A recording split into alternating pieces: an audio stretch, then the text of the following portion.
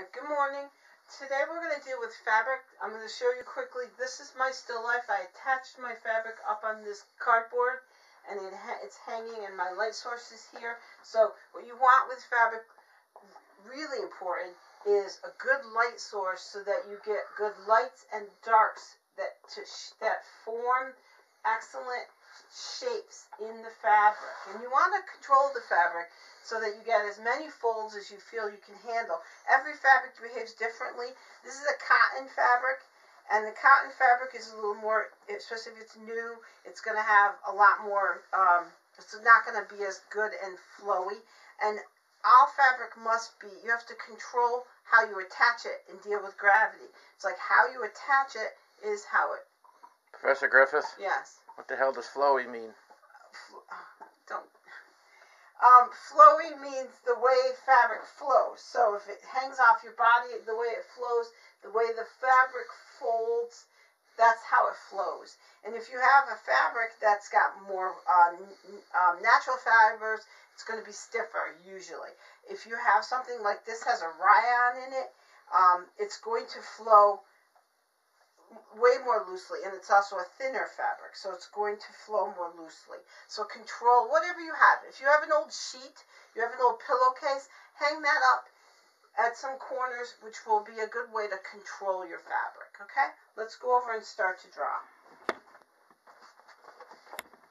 Alright, so we're going to... Sorry, I had to pick it up. That's okay.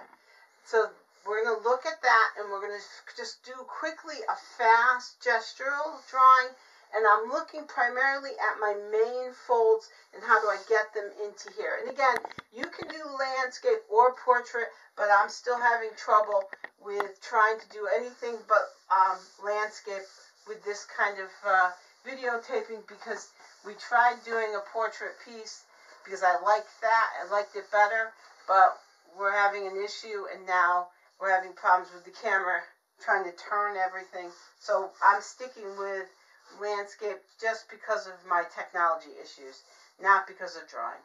So you do it any way that feels best for you and your composition. So the piece is, I like this kind of V coming in and this movement of the fabric here. So I'm going to tighten this up a little bit. I think the V is a little tighter. This is all background space, so that's all going to be grays.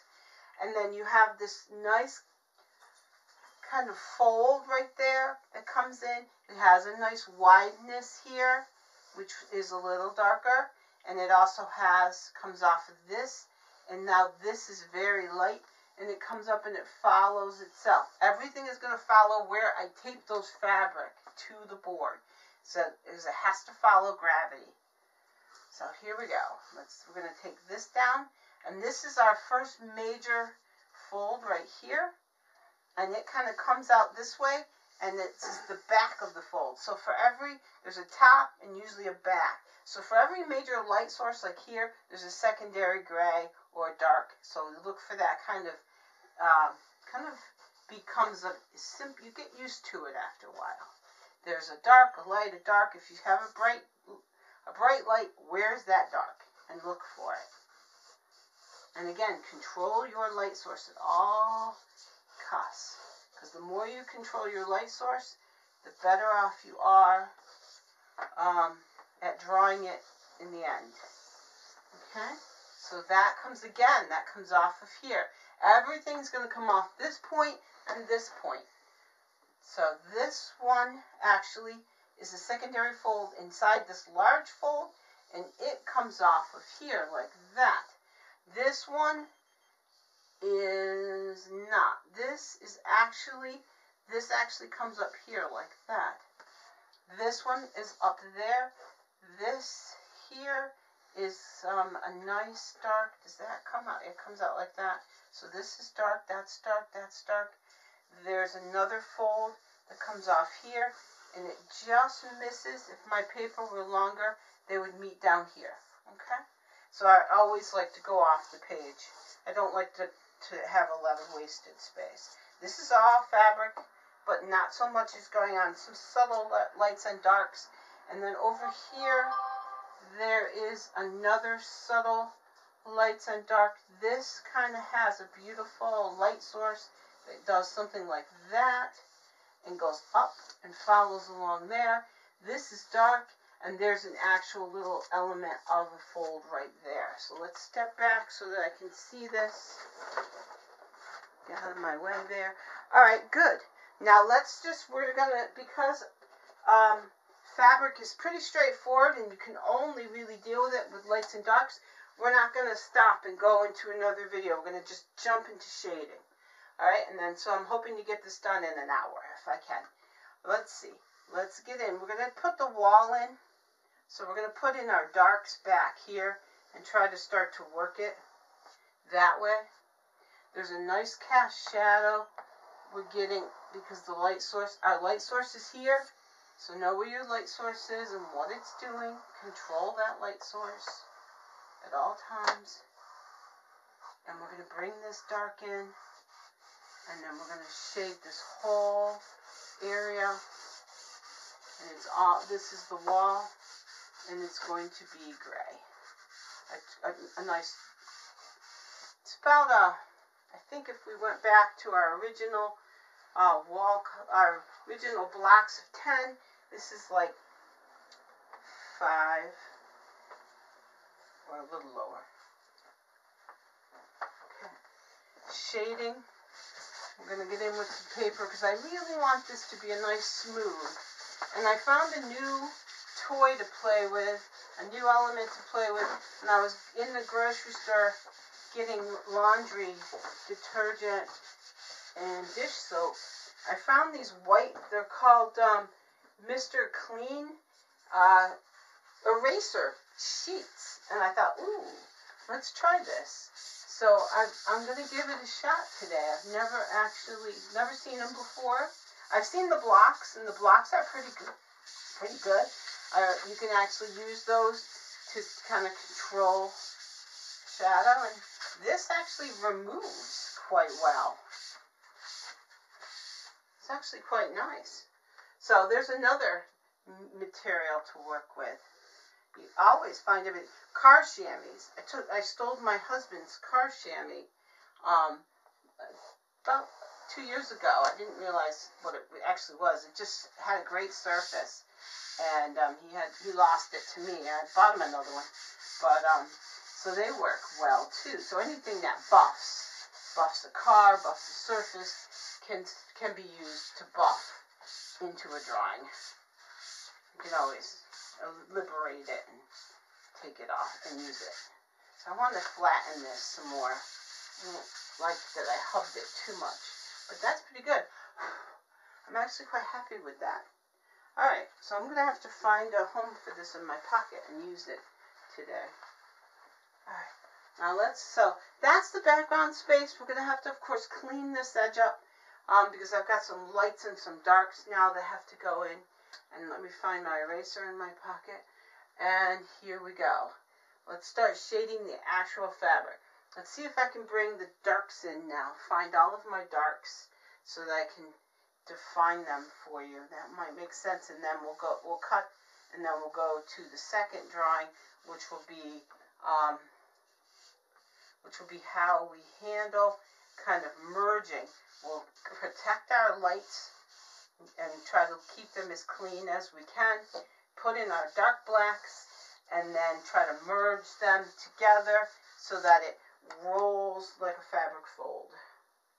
And that's exactly what I've set up for you. It was a simple, a kind of a straightforward fabric, and you can set up whatever you like the look of. Again, if you like it, you'll be able to draw it better than if you're like, oh God, do I have to do that? Okay. So these are my darks. This is pretty dark right here. It kind of comes up over there. It gets much darker back down here. Then, let's see. Here is some nice darks. It's got to come in there. This is a nice dark right there. It's got to come in there. That's light. We don't want to darken that, but this is definitely dark. So it has to come in. It comes off of here again, and it comes in here like that. Okay, there we go. This is dark. This is dark here again. Again, it comes. I might have done this too tight. This might actually, I'm going to move that line because I think I need to. And that's fine because this is still at the development stage. You can move it whenever you need to. And I'm going to take that line out of there and say I like that better. Yeah, I like that better. And then this is a very bright light. So it's going to get a little darker on this side.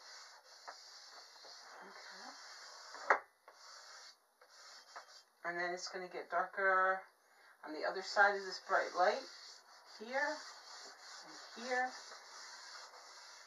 And I'm starting to lose my piece of charcoal. I'm down to a little teeny piece.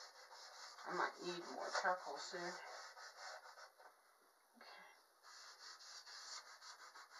Alright, there we go. There we go, there we go. Let's step back and look at this and grab another piece of charcoal. That's starting to work. Okay, those are my darks. Now let's start finessing. Timekeeper, what do I have for time? You got plenty of time. Plenty of time? 17. Okay, cool. Alright, so I kind of lost a little bit what I was doing here when I shaded this in. So I want to bring this back and I want to start right here, and I'm going to start from here, work down and work out. So let's see, I need to figure out what I originally drew here. And I think this is too high. So I want to erase into that, cast shadow right there, and re-control this light source right here. That is very bright. This is secondarily gray. There's a point where the fabric kind of like makes an actual point, and it's right there. So I'm going to start shading there. And this is almost like an inside shadow that's on a piece of fabric that's folded. And this needs to get cleaned up right here because this is still background space. So let's go in and start there. Okay. We have this beautiful kind of dark right here where this meets this little shading. So let's go in and start shading that. And I'm going to come over to this and come up again here. This has an interesting kind of, it follows a linear pattern here of line, and there's some shading that comes this way. It's not at all dark, it's very light, it's very subtle. So I'm going to try to get that in, and then I'm going to kind of smudge out what I did. Then I'm going to go in with an eraser and redefine where my lights are again. I think I can pull that off pretty quickly. How's that? I'm trying to stay out of your way, but still draw. That looks good there. Alright. Kind of flows down. Kind of gets fatter here. Not that fat. Okay, good. I'm going to put a little more charcoal for the background space. That's better. And I'm going to cut back in with that. And again, remember we talk about that. We can put in, cut out, finesse. That's my cat's meds. It's that time again. We seem to always be taping when it's time for the cat's meds. Alright, so this has got to get a little grayer to sit behind this. We don't want it to be totally lost, but we don't want it to stand out because it's kind of behind this really interesting space right here. Now we have to figure out what's going on here, and there's a light, there's a darkening of the space right here, and it rolls forward. And again, much like we did with the egg, if you want the viewer to see the roll, make the shading go the way you want the rolls. The movement seen, that helps. That also works in design if you're in the 2D design class. You'll see that we do that too. It's like, how do you control the viewer's eye? You have control over it. Okay, so we're going to grab the light back here. I'm going to pull it in, and then we're going to finesse it again because we don't want just absolutely bright white. It's kind of a subtle thing happening here. It's doing the same thing here. And you've got this really interesting rounding where this cuts in and it catches the light on its all around it. It's just a fold. And you see it there. And then you'll see that this has to come up and merge with this dark, but not completely. So let's go in and shade that. There's one here. These are all off of that same big fold. The most dramatic fold in my still life, so that's why we drew it. And we gotta kind of softly suggest these letting go. They're harsh, so we get a break, but then we roll them. Every artist will create fabric folds absolutely differently. Again, it's one of those signature things. Every artist will create a fabric fold that suits them, and the way they draw it, it'll change subtly, but you'll end up having your signature. It'll always be yours. If you look at different artists, from like John Singer Sargent to we always go with the big guys, Rembrandt, all have a specific kind of fabric fold that is their signature style.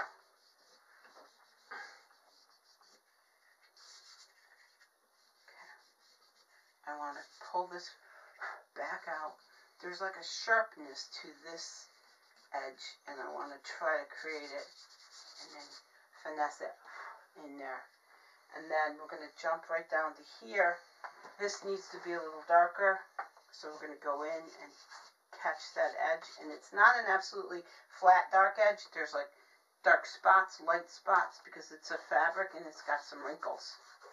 So if I can pull that off, it'd be quite beautiful. So let's see if we can do it. Maybe we'll do that with, where's that eraser I put in my pocket? Here we go. Let's try this. See if we can control it. Oh yeah, there we go. Because we've got these lights happening amongst the dark. There we go. That's nice.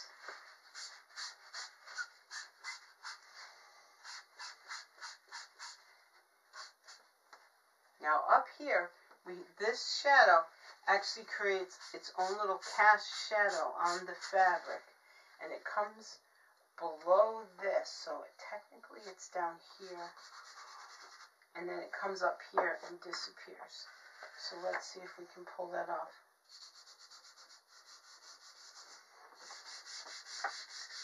There are 10 minutes. Okay.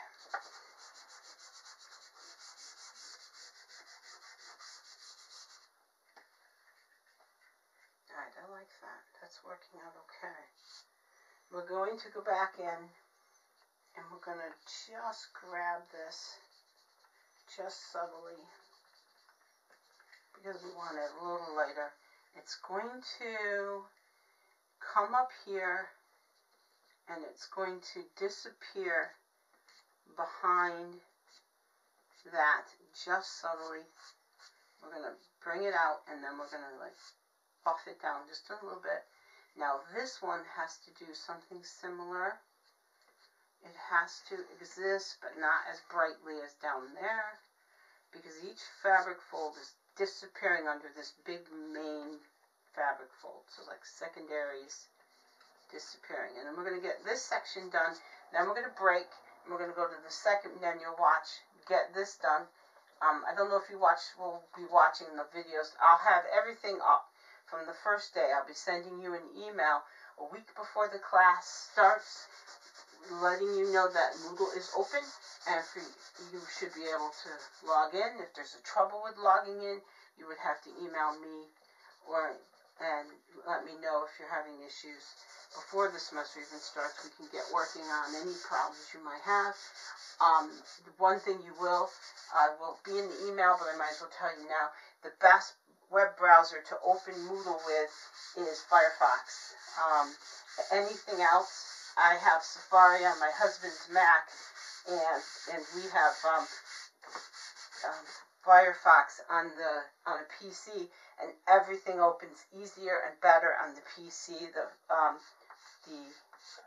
Mac is better for images, but it doesn't open everything on Moodle. I have trouble, so I had to. My husband downloaded a secondary web browser, so you should always open it in Firefox, and then you'll get everything with no trouble. So if you're having problems, try your web browser. If you're still having problems, let us know. If I can't help you, there's a couple of people in the Moodle help sessions that we can actually get you logged in to help for that. And all of your assignments will be open from the first week. I will not lock anything off. And then from there we will, if you have questions even about the last assignment, and so you have an idea of what's coming up and what's expected of you. All the due dates are there. Everything is there. All the help sessions that you have to log in and figure out which one suits your timeline better, and you can log yourself into them. Okay? Alright, so we're going to leave this for now. Let me step back. We're getting some good shading. Here where I worked the longest is pretty good. It still needs a little more work. And now this is like a fast one, so when we come back, we'll just be doing detail, and almost being like an ant crawling across the surface trying to get this area to work, then this area to work, and then this area to work.